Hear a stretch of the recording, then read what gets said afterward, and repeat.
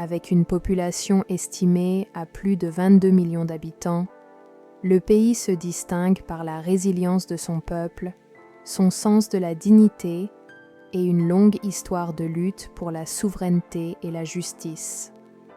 Malgré des ressources limitées et un environnement sécuritaire difficile, le Burkina continue d'avancer.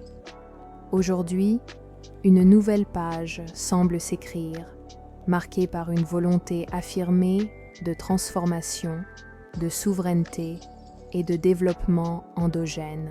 Pendant des décennies, l'un des principaux freins au développement du Burkina Faso a été l'insuffisance des infrastructures, en particulier le réseau routier. De nombreuses régions sont restées partiellement enclavées, surtout en saison des pluies.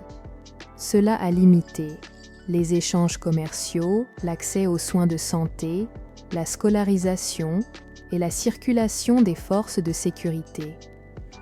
Dans un pays sahélien où l'agriculture, l'élevage et le commerce reposent fortement sur le transport routier, les routes ne sont pas un luxe, mais une nécessité vitale.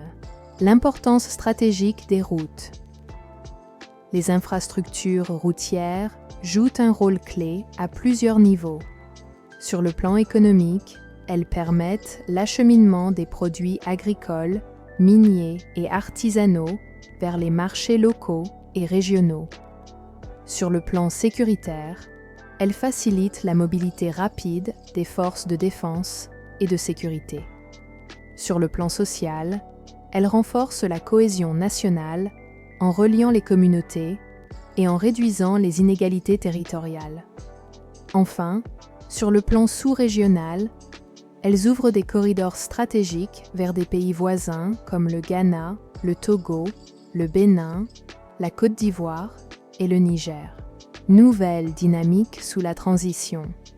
Depuis 2022, le Burkina Faso est dirigé par une transition militaire menée par le capitaine Ibrahim Traoré.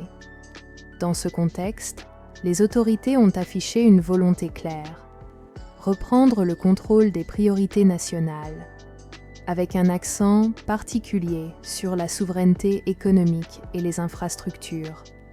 Plusieurs projets routiers ont été lancés ou relancés, aussi bien en milieu urbain que rural. L'objectif affiché est d'accélérer la construction et la réhabilitation des routes, tout en réduisant la dépendance excessive au financement extérieur. Une particularité de cette approche est l'implication accrue des entreprises locales, des ingénieurs nationaux et du génie militaire, notamment pour certains chantiers stratégiques. Cette orientation vise à renforcer les compétences nationales, réduire les coûts et raccourcir les délais d'exécution. CAS de Ouagadougou, urbanisation et mobilité. Dans la capitale, Ouagadougou, plusieurs travaux de voirie urbaine ont été entrepris. Ils concernent le bitumage de nouvelles rues, la réhabilitation de voies dégradées, l'amélioration du drainage et parfois l'éclairage public. L'objectif est de fluidifier la circulation, réduire les embouteillages, améliorer la sécurité routière et rehausser le cadre de vie des habitants. Pour de nombreux citoyens, ces travaux se traduisent déjà par moins de temps perdu dans les bouchons, une baisse des coûts de transport et une meilleure accessibilité des quartiers. Limites et défis à relever. Cependant, il est important de rester lucide. Le Burkina Faso fait encore face à de nombreux défis.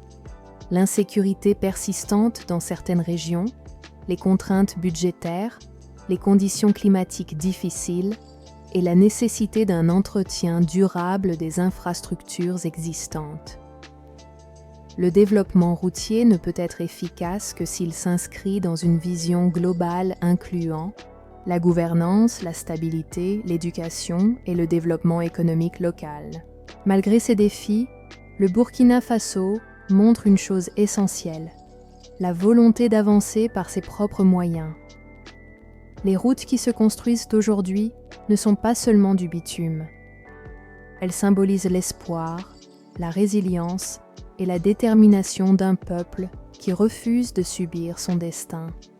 Le Burkina Faso est un pays en marche, et son avenir dépendra, plus que jamais, de l'engagement de ses fils et de ses filles.